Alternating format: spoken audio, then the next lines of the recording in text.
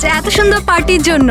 লোক ঠিকই বলে নিজের দেশ নিজের হয় আর নিজের বন্ধুরা নিজের হয়। ঠিক। আর নিজের গার্লফ্রেন্ড নিজেরই হয়। I love you so much. I love you two.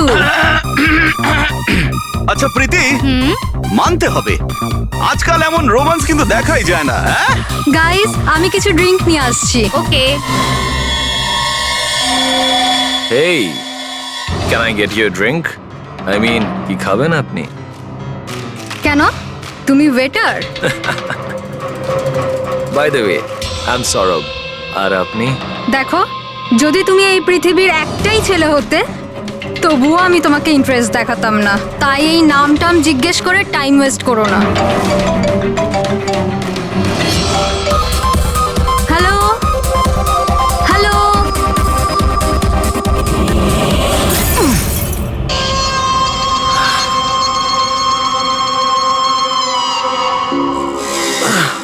Hello hello, শুনতে পাচ্ছি না, জোরে বল। আরে কিচ্ছু শুনতে পাচ্ছি না। আরে এখানে নেটওয়ার্কও নেই। হ্যালো হ্যালো,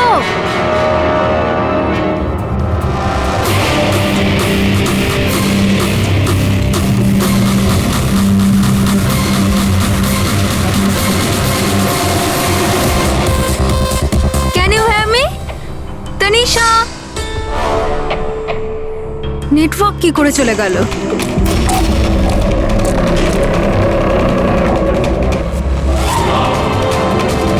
ফোন কেন লাগছে না?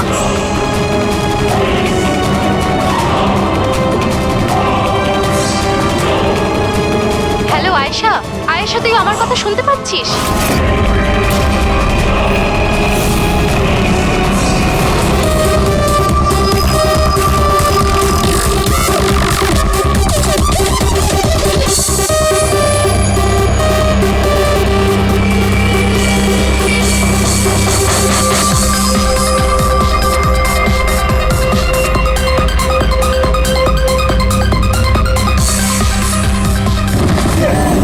আরে কি হলো? কি? আয়েশা!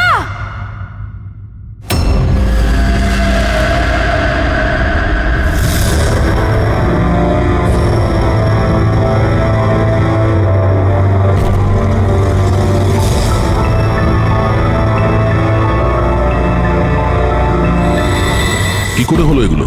হ্যাঁ, জানি না স্যার এসব কি করে হলো। ও কল অ্যাটেন্ড করার জন্য বাইরে গেছে, আর যখন ফিরলো তখন তুমি ছাড়া আর কে কে বন্ধু আছে আয়েশার এখানে? স্যার এ হলো প্রীতি, আর এ হলো বিশাল স্যার, আয়েশার বয়ফ্রেন্ড। দেখে তো মনে হচ্ছে আয়েশার কারোর সঙ্গে হাতাহাতি হয়নি। ও ফোন রিসিভ করার জন্য বাইরে গেছিল আর ওখানে খুনি আগে থেকেই ওর জন্য ওয়েট করছিল। তার মানে স্যার খুনি এসব প্ল্যান করে করেছে? না পঙ্কজ, এটা তো প্ল্যান মার্ডার মনে হচ্ছে না। যদি প্ল্যান মার্ডারই হতো তাহলে ও অন্য কোনো হাতিয়ার ইউজ করতো, কাঁচের ইউজ করতো না। তার মানে হঠাৎ কেউ একজন হয়তো খুব রেগে যায় আয়েশার উপর আর তারপর মেরে দেয়।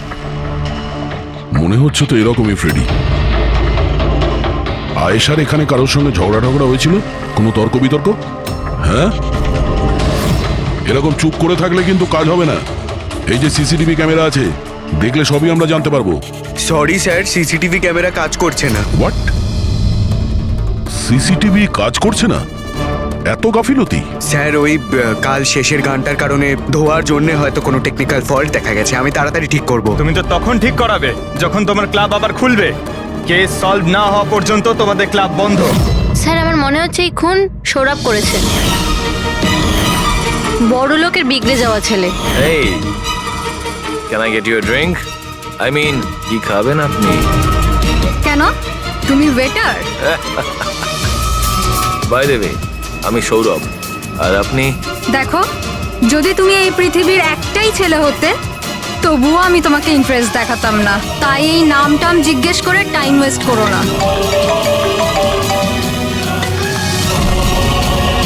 যখন আয়েশাকে উত্তর দেয়নি তখন ও রেগে পিছন পিছন বাইরে গেল।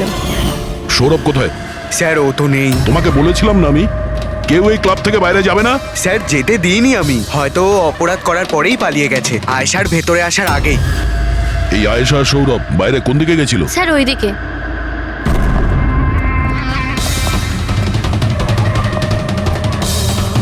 স্যার রক্তের দাগ। তাহলে এখান থেকে আয়েশা ভেতরে গেছিল। আগে দেখি। স্যার দেখুন এখানেও রক্তের দাগ। পঙ্কজ, ও নো, এত রক্ত! আর এই কাঁচের টুকরো, মনে হচ্ছে আয়েশার উপর হামলা এখানেই হয়েছে। Sir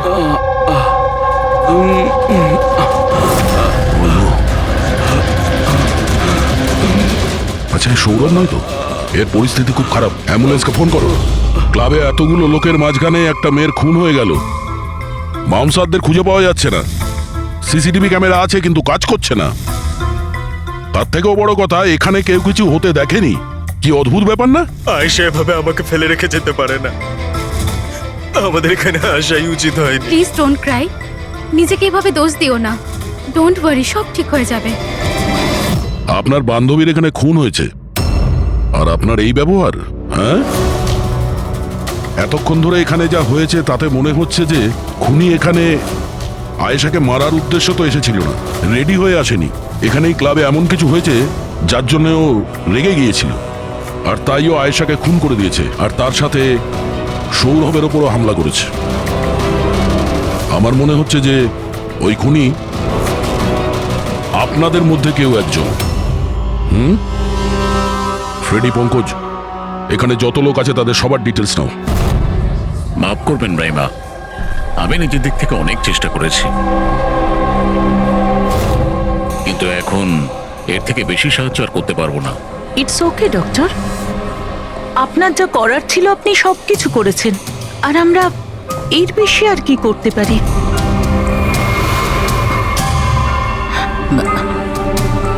what happen doctor? আপনি ঠিক আছেন তো? হ্যাঁ, আমি ঠিক আছি।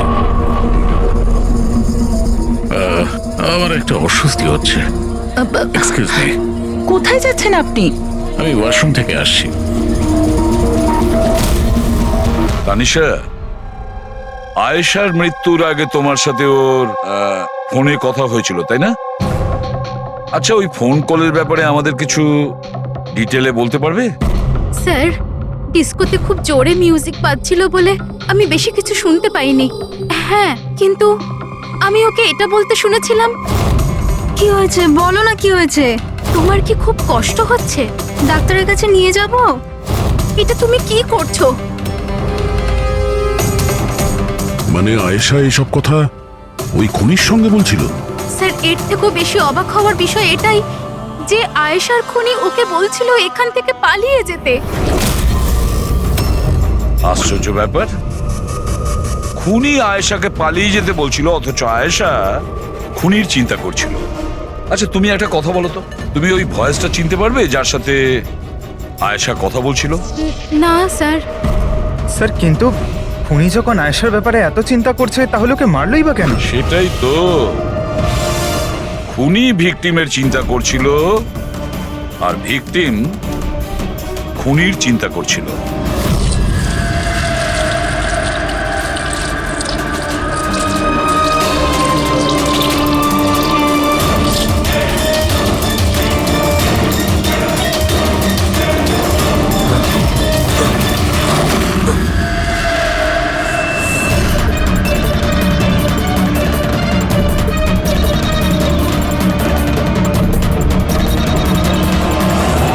গান?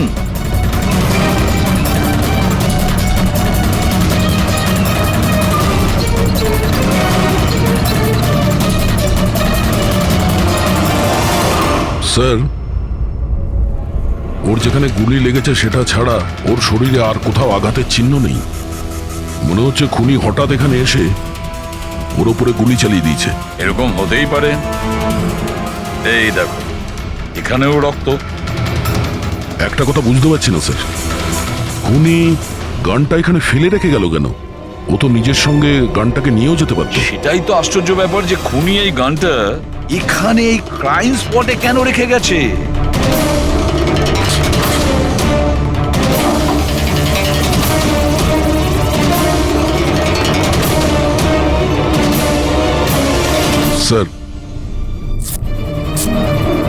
এই দেখুন, নিচে এখানে এই টেপটা আটকানো ছিল। ওয়াশ বেসিনের নিচে টেপ? মনে হচ্ছে এখানে টেপ দিয়ে কিছু আটকে ছিল, যেটা এখন এখানে নেই। হতে পারে এই কেসের সঙ্গে রিলেটেড কিছু। নিশ্চয়ই, দেখতে হবে। রায়মাদেবী, ডক্টর যশবন্ত আপনার ডক্টর ছিলেন তো? আপনারা এখানে এই টেবিলেই বসেছিলেন? হ্যাঁ, আসলে উনি আমার অসুখের কথা বলতেই আমার সাথে দেখা করতে এখানে এসেছিলেন। খুব ভালো মানুষ ছিলেন উনি। আজ যখন আপনি ওর সঙ্গে কথা বলছিলেন, আপনার কি মনে হয়েছিল যে কোনো ব্যাপার নিয়ে ও একটু ডিস্টার্ব ছিল? ডিস্টার্ব তো নয়, কিন্তু হ্যাঁ, হঠাৎ করে ওনার শরীর খারাপ হয়ে গিয়েছিল আর উনি এক্সকিউজ মি বলে ওয়াশরুমে চলে গিয়েছিলেন। আমি তো ভাবতেই পারিনি যে এরকম একটা ঘটনা ঘটবে। স্যার, হ্যাঁ, এ হলো এই কফি শপটার ম্যানেজার। এখানকারও সিসিটিভি ক্যামেরাগুলো কাজ করছে না। স্যার, 2 ঘন্টা আগেও তো কাজ করছিল, কিন্তু হঠাৎ করে টেকনিক্যাল প্রবলেম হয়ে যায়, সেই জন্য ইঞ্জিনিয়ারকে ডেকেছি আমরা।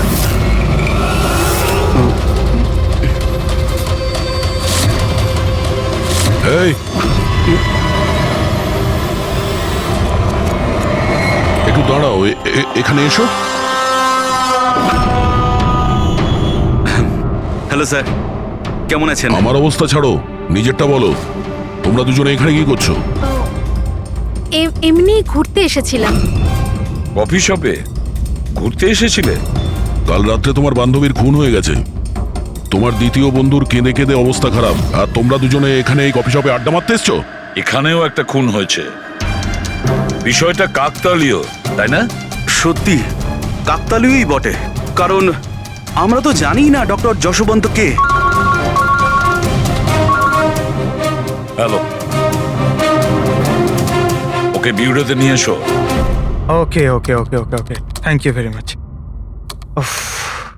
কি জানিস পঙ্কজ, অনেক লোক ছিল এই ডিস্কোটায় যখন আয়েশা খুন হয়, আর একজনের ফোন ট্র্যাক করে এইটা জানার জন্য যে মার্ডারের সময় আয়েশার আশেপাশে কেউ ছিল না। তো এই আমার তো চোখ ব্যথা করতে শুরু করেছে।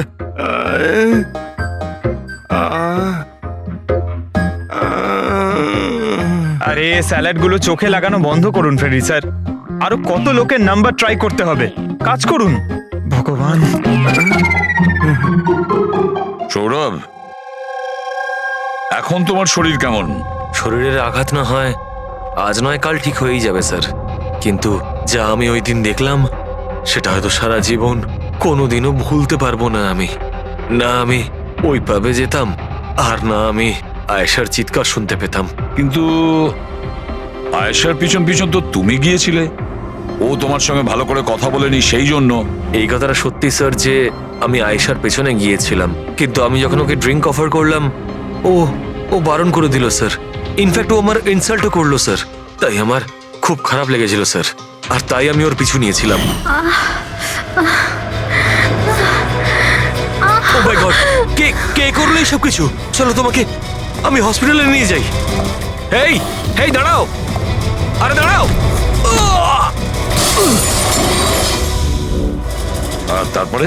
স্যার, আমার এখনো মনে আছে যখন আমি ওর রিস্টটা ধরেছিলাম স্যার, সেটা একেবারে নর্মাল ছিল না। ওটা নর্মাল মানুষদের রিস্ট ছিলই না। আমার খুব অদ্ভুত ফিল হয়েছিল স্যার।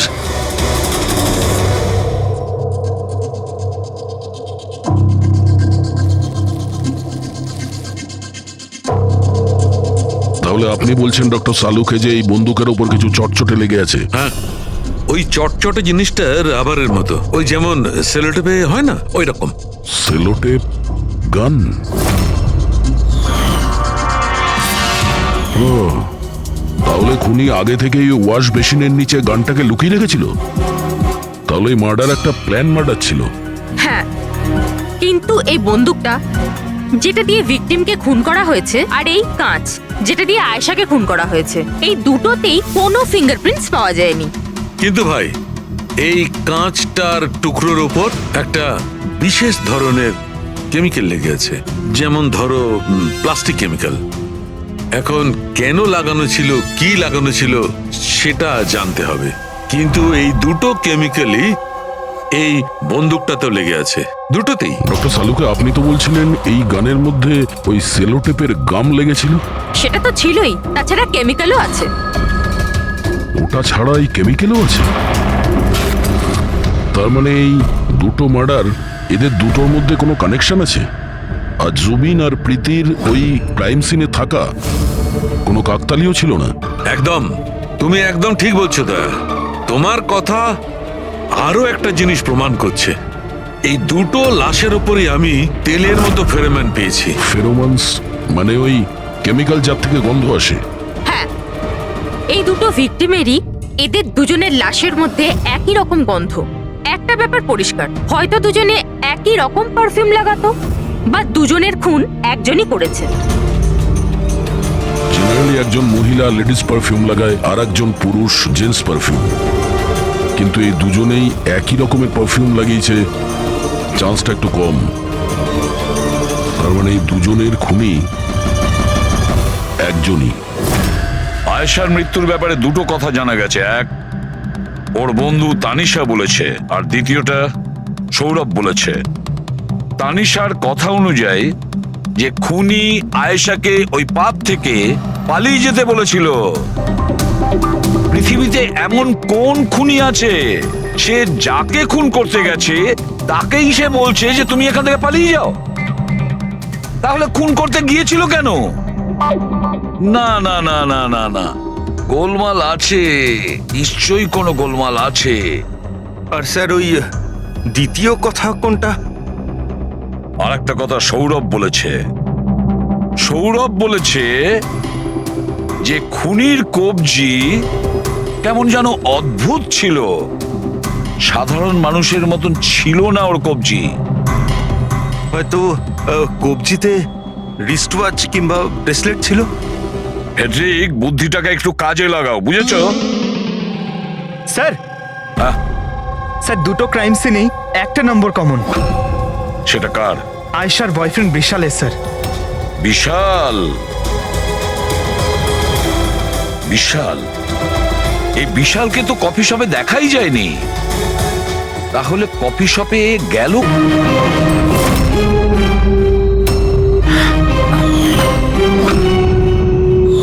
রায়মা দেবী, আপনি আর এখানে? স্যার, এটা আমারই বাড়ি, কিন্তু আপনারা এখানে? ওনাকে কি খুন করেছে সেটা জানতে পেরেছেন? রাইমা, এরা কারা? CID officers. আপনারা প্লিজ ভেতরে আসুন, প্লিজ কাম। সিআইডি? আর স্যার, ইনি আমার হাজবেন্ড, আর এ আমার ছোট ছেলে সন্দীপ। আর বড় ছেলে বিশাল, সে কোথায়? কিন্তু কি হয়েছে স্যার? দেখুন, আসলে ব্যাপারটা হলো ডক্টর যশবন্ত আর আয়েশার খুনে আমাদের মনে হয় হয়তো বিশালের কোনো হাত আছে। এ আপনি কি বলছেন? অভিযোগ প্রমাণিত হয়নি, কাউকে গ্রেপ্তার করতে পারেননি, তো যে কোনো কাউকে ফাঁসিয়ে দেবেন? দেখুন, সিআইডির কাজই হচ্ছে অপরাধী পর্যন্ত পৌঁছানো, নাকি কোনো নিরপরাধীকে ধরে এই কেসটা বন্ধ করে দেওয়া। আপনি দয়া করে একটু বিশালকে ডাকবেন। দাদা খুন করতেই পারে না, আপনারা দয়া করে ওকে ধরে নিয়ে যাবেন না। সন্দীপ, আমরা কিন্তু তোমার দাদাকে এখানে ধরতে আসিনি, আর আমরা এটাও বলিনি যে তোমার দাদা কিছু করেছে। আমরা তো তোমার দাদাকে কিছু প্রশ্ন করব, ব্যাস।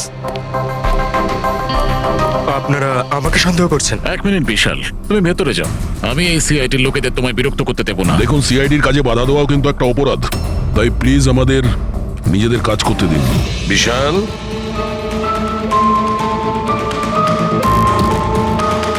ডক্টর যশবন্ত খুন হয়েছেন ওই ক্যাফেতে, আর তুমি সেই মুহূর্তে ওই ক্যাফেতে ছিলে। কেন, কিসের জন্য গিয়েছিলে ওখানে তুমি? স্যার, আমি তো ওখানে জুবাইন আর প্রীতির সাথে দেখা করতে গেছিলাম। আমি জানতাম না যে আঙ্কেল ওখানে হঠাৎ মায়ের সাথে দেখা করতে আসবেন। আয়েশার সাথে তোমার ঝগড়া চলছিল না? আমি ভীষণ কষ্ট পেয়েছি স্যার ও মারা যাওয়ার পর। আমি জানি না ওকে ছাড়া আমার বাকি জীবন কিভাবে কাটাবো। আমি কিছুদিন একা থাকতে চাই। ঠিক আছে, তুমি গিয়ে রেস্ট নাও। এরপরে কিন্তু দেরি করা যাবে না। আরে, আপনারা আবার এখানেও? মাঝে মাঝে নিজের বাড়িতে যান নাকি? সবসময় বিশালের আশেপাশে ঘোরাফেরা করছেন? না স্যার, এমন কোনো কথা নয়। অ্যাকচুয়ালি ও খুব হতাশ হয়ে থাকে, ভাবলাম ওর সাথে থাকলে ভালো হয়। খুব গভীর বন্ধুত্ব, হ্যাঁ? জুবিন, প্রীতি, বিশাল, কড়া নজর রাখতে হবে এই তিনজনের ওপর।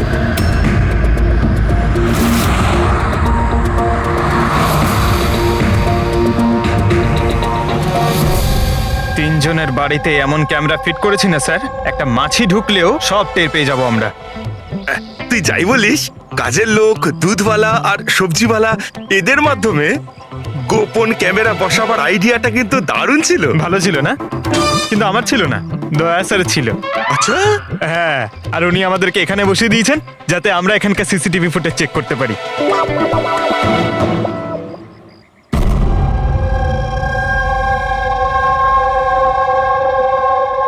আরে বস, বস একটা বড় সূত্র হাতে এসেছে যেটা এই কেসটার সলভ করতে সাহায্য করবে। সেটা কখন বলবে? আরে বলছি তো। আরে তাহলে বলো তাড়াতাড়ি। আরে ভাই, নিঃশ্বাস তো নিতে দাও। তোমার মনে আছে ওই যে ভাঙা কাঁচের টুকরোটায় আমি প্লাস্টিক কেমিক্যাল পেয়েছিলাম? হ্যাঁ ডক্টর সালুকে, কি ওই কেমিক্যালটা? ওটা হচ্ছে গ্রাফিন, যেটা নকল চামড়া, আর্টিফিশিয়াল স্কিন বানানোর কাজে লাগে। Artificial skin, aesthetic skin, aesthetic skin, aesthetic. দয়া, মনে আছে সৌরভ কি বলেছিল? যে খুনির হাতের ওপর ও অদ্ভুত কিছু দেখেছিল। Aesthetic skin, aesthetic arm.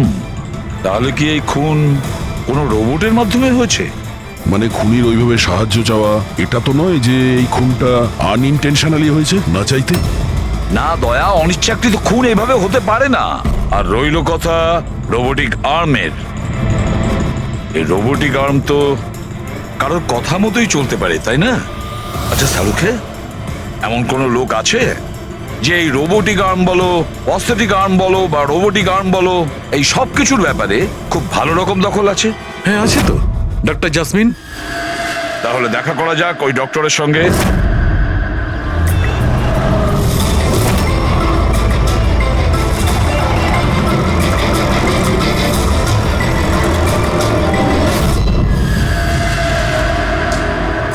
Doctor jasmine, আমরা এটা জানতে চাই যে যদি এই এরকম প্রস্থেটিক লাগানো হাত লাগানো হয়েছে রোবোটিক আর্ম, তাহলে কি ওই হাত, ওই আর্ম অন্য কারোর ইনস্ট্রাকশনে কাজ করতে পারে? মানে নকল হাত লাগানো হয়েছে একে, কিন্তু এই হাত দিয়ে কি কাজ করাতে হবে তার কন্ট্রোল এর কাছে নেই, বিয়ের কাছে আছে, তাই তো? কারণ আমাদের সন্দেহ হচ্ছে যে খুন নিজের ইচ্ছায় করছে না, কেউ ওকে দিয়ে করাচ্ছে। স্যার, এটা শুনে যতটা কঠিন মনে হচ্ছে আসলে ততটা কঠিন নয়। হ্যালো, দামিনীকে একটু ভেতরে পাঠাও। হ্যাঁ, সেই রুগীটাই যার কাল টেস্ট হয়েছিল। রুগী?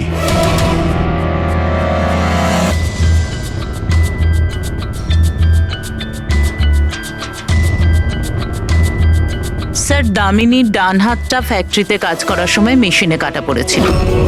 হ্যাঁ স্যার, মেশিনে আমার হাত ঢুকে গিয়েছিল। তাই জন্য ওকে নকল হাত লাগিয়েছি, যার কন্ট্রোল মানুষের ব্রেনের দ্বারা হয়। একটা নকল হাত মানুষের মাথা দিয়ে কাজ করছে কি করে? স্যার, সায়েন্স খুব উন্নতি করেছে।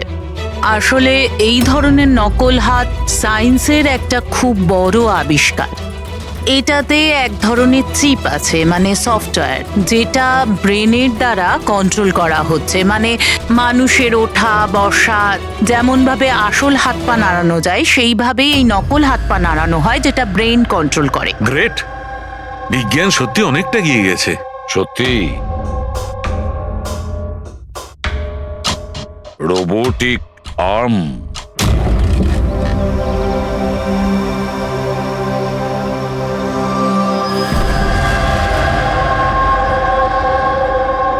বাই। ওরা ওখানে হাক করছে আর আমরা এখানে গাড়িতে বসে আছি।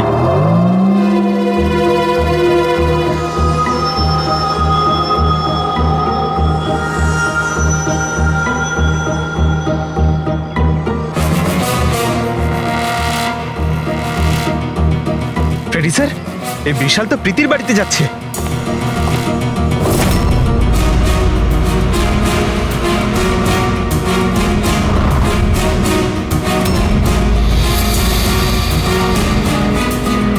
বিশাল, তুমি টেনশন করো না, কেউ কিচ্ছু জানতে পারবে না। আমরা কোনো না কোনো উপায় ঠিক বের করব, ওকে? এ নাও কফি খাও।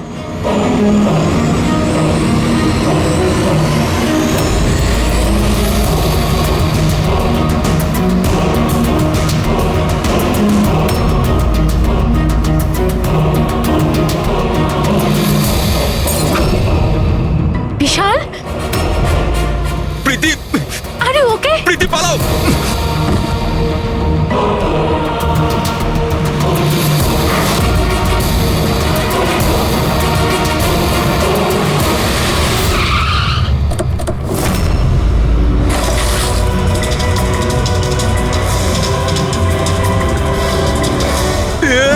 বিশাল, না, বিশাল ছাড়ো।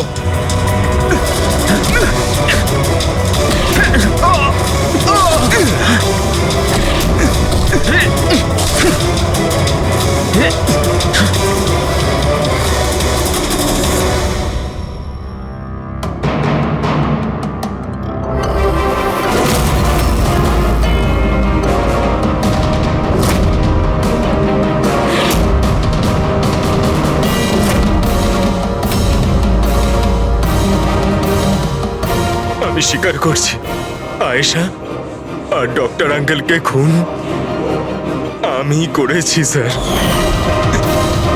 তুমি এখানে কি করছো? কি হলো? কি হচ্ছে এটা? আমি বুঝতে পারছি না কি হচ্ছে আমার হাতে। কিছু Stop! প্রবলেম? কি হচ্ছে বলছো না কেন কিছু? ডাক্তারের কাছে নিয়ে যাব? এটা কি করছো? এটা কি করছো? আয়েশা পালাও এখান থেকে, পালাও! আমি বলছি তোমাকে পালাও, আয়েশা!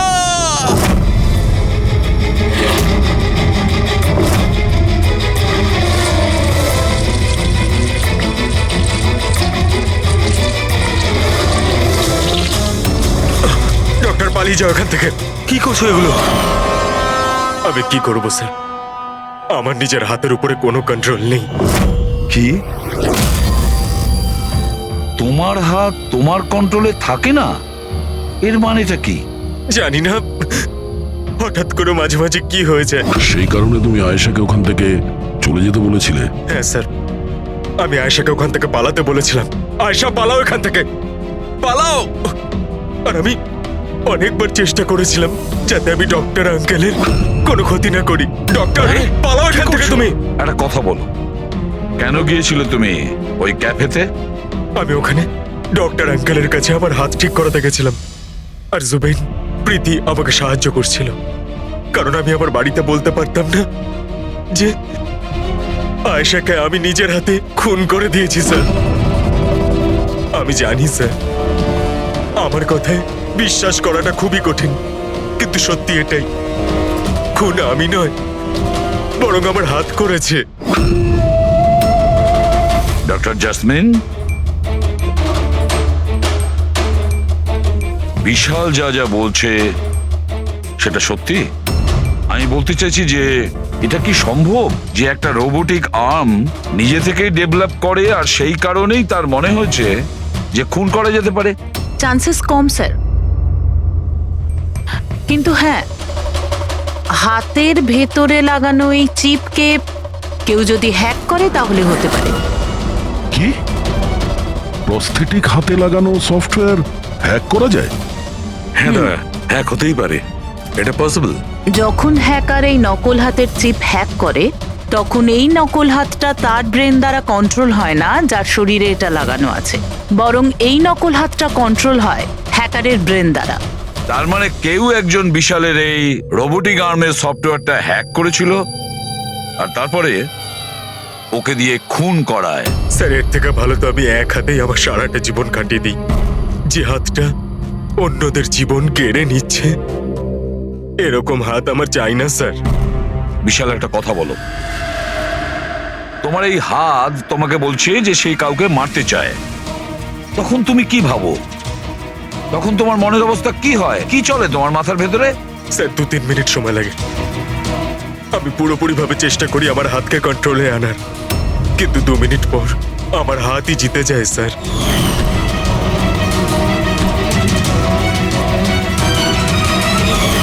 চিন্তা করো না, এবার আমরা তোমার এই রোবোটিক আর্মের ভেতরে একটা ট্রান্সমিটার ফিট করব, আর যার থেকে আমরা জানতে পারবো যে ও কাউকে মারতে চায় বা হয়তো কারোর থেকে ইনফরমেশন পাচ্ছে যে তুমি গিয়ে খুন করো, সেটাও আমরা জানতে পারবো। আচ্ছা বিশাল, একটা কথা বলো, তোমার আসল হাত হারালে কি করে? স্যার আমি গত বছর ঘুরতে যাচ্ছিলাম, সেখানে একটা রোড অ্যাক্সিডেন্ট হয়। ব্যাস। জীবনে আমাদের অনেকবার পরীক্ষা দিতে হয়। স্যার আমার পরীক্ষা তো শেষ হওয়ার নামই নিচ্ছে না। যখন নকল হাত নিয়ে সারাটা জীবন কাটাবো ভেবে নিলাম, তখন এই হাতটাই আমার জীবন শেষ করে দিচ্ছে স্যার। বিশাল, আমরা তোমাকে কথা দিচ্ছি, না তো তোমার একটা হাত দিয়ে জীবন কাটাতে হবে, আর না তো ওই আসল অপরাধী স্বাধীনভাবে ঘুরতে পারবে।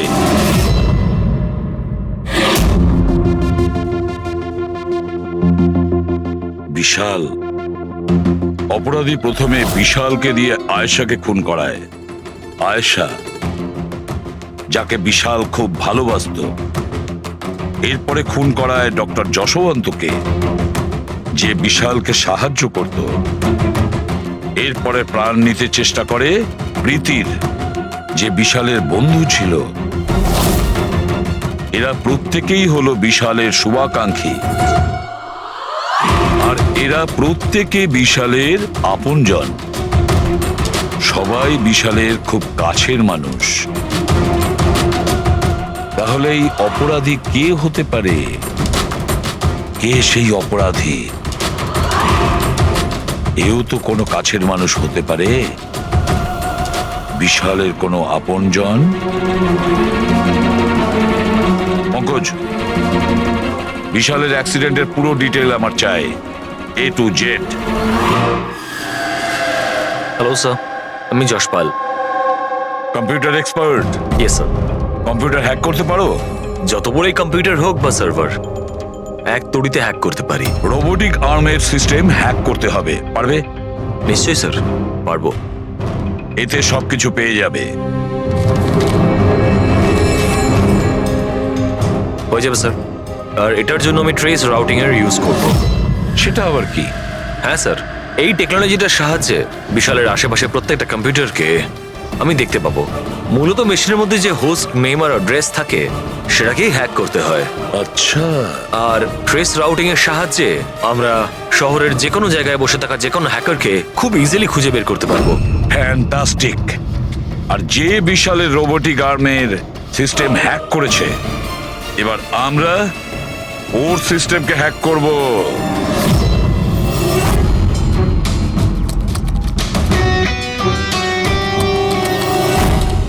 এই দেখুন স্যার, এই সময় বিশালের আশেপাশে এই সবকটা কম্পিউটার অ্যাক্টিভ রয়েছে, আর এর মধ্যে হয়তো কোনো একটাই ওই হ্যাকারের। শুধু একবার জানতে পেরে যাই ওই কম্পিউটারটা কোনটা, তাহলেই কাজটা সহজ হয়ে যাবে। যশপাল, তাড়াতাড়ি করো, আমাদের হাতে সময় কম। বিশাল আজকে আমাকে বাড়িতে কেন ডাকলো? আঙ্কেল আন্টিও নেই, জানি না কি ব্যাপার।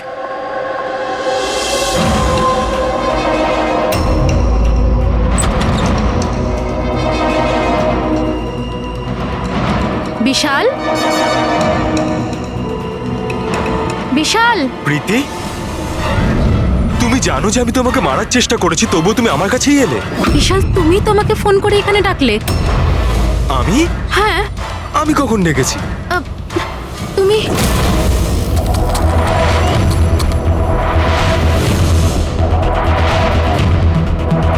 নো!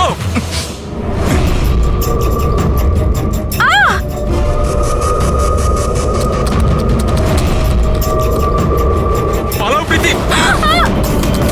বিশাল, প্লিজ বিশাল, পালাও এখান থেকে!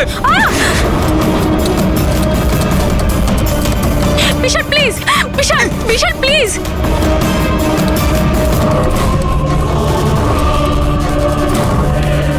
ইয়েস স্যার, ওই হ্যাকারের লোকেশন পেয়ে গেছি।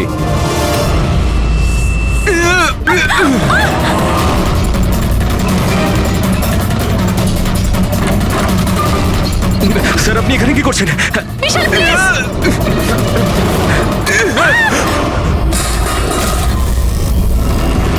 অনেক হয়েছে হ্যাকিং।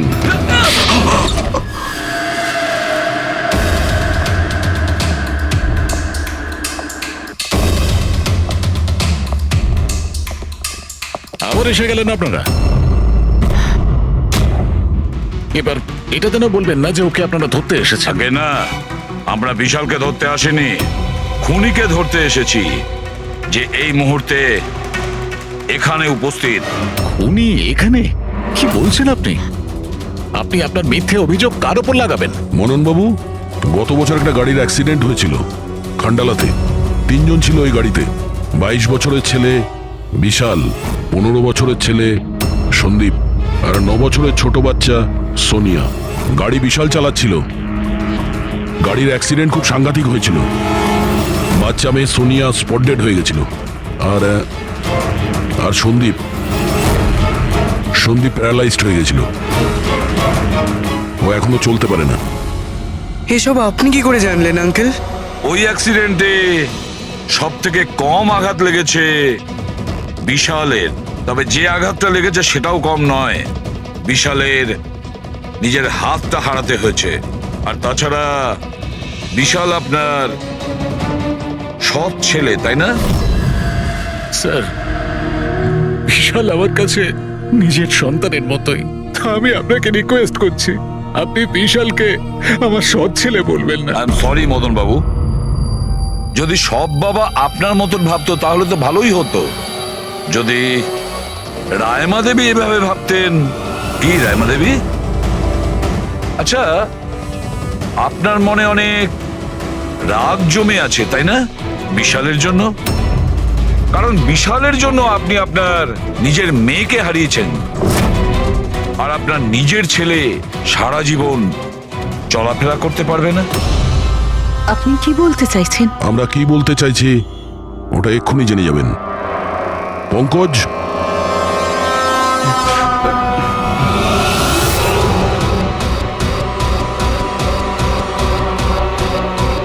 সরি আন্টি, কিন্তু আমি ওদের সবকিছু বলে দিয়েছি যে আপনার বলার জন্যই আমি এসব করেছি। আমি ওই সফটওয়্যারগুলোকে হ্যাক করেছিলাম, আর আমি সব জায়গার সিসিটিভিগুলোকে হ্যাক করে বন্ধ করে দিয়েছিলাম।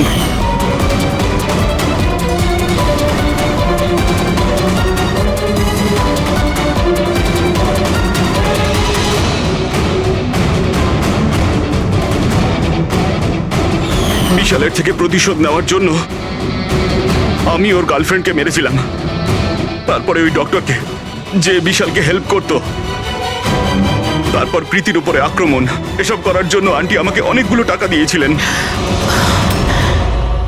তুমি যে এতটা নিচে নেমে যাবে আমি ভাবতেও পারিনি। ঠিক আছে, সত্যিটা যখন আপনাদের সামনে এসেই গেছে, তখন আমি আপনাদের সবাইকে এটাও বলছি যে আমি তোমাকে মারার পর ওকেও মারতে চেয়েছিলাম। কারণ যেভাবে আমার আপনজনেরা কষ্ট পেয়েছে, আমিও চেয়েছিলাম বিশাল সেই কষ্টই পাক, ততটা যন্ত্রণা ওরও হোক। ওটা অ্যাক্সিডেন্ট ছিল, একটা ভুল। ভুল? তোমার একটা ভুলের জন্য আমার সারা জীবন অন্ধকার হয়ে গেছে। তুমি রাশ ড্রাইভিং করেছিলে, আর শাস্তি কারা পেল? আমি আর আমার সন্তানেরা। মা, আমি তোমাকে শুধু নিজের মা না, ভগবান ভেবেছিলাম। যদি আমাকে শাস্তি দিয়েই তুমি শান্তি পেতে, তাহলে আমাকে অন্তত একবার বলতে পারতে। হাসি মুখে আমি জীবন দিয়ে দিতাম। আমি তোমার জীবনটা চাইনি, আমি তো তোমাকে বাঁচিয়ে রেখে কষ্ট দিতে চেয়েছিলাম। আর আপনারা সবাই আমাকে দোষ দিতে পারেন না, কারণ আমি যা করেছি সেটা আমার মায়ের মমতার জন্য করেছি। রায়মা দেবী, মা শব্দের অর্থ আপনি জানেন না, সেজন্যই আপনি এত বড় অপরাধ করেছেন। আরে মা তো সেই হয় যে শুধু নিজের নয়, অন্যের সন্তানকেও স্নেহ ভালোবাসা দিয়ে আগলে রাখতে পারে। বিশাল হয়তো আপনার গর্ভের সন্তান নয়, কিন্তু মা বলে তো ও ডাকতো। ও আপনাদের পরিবারেরই একটা অংশ। কোনো মাই তার ছেলের ওপর এইভাবে প্রতিশোধ নিতে পারে না। হ্যাঁ সেটাও এত ঘৃণ্য, দুটো লোকের প্রাণ নিয়েছেন। না রায়মা দেবী, আপনি বড় ভুল করেছেন, বিশাল ভুল করেছেন। আদালত আপনাকে কোনোদিন ক্ষমা করবে না, কোনোদিন ক্ষমা করবে না। কঠোরতম শাস্তি হবে আপনার।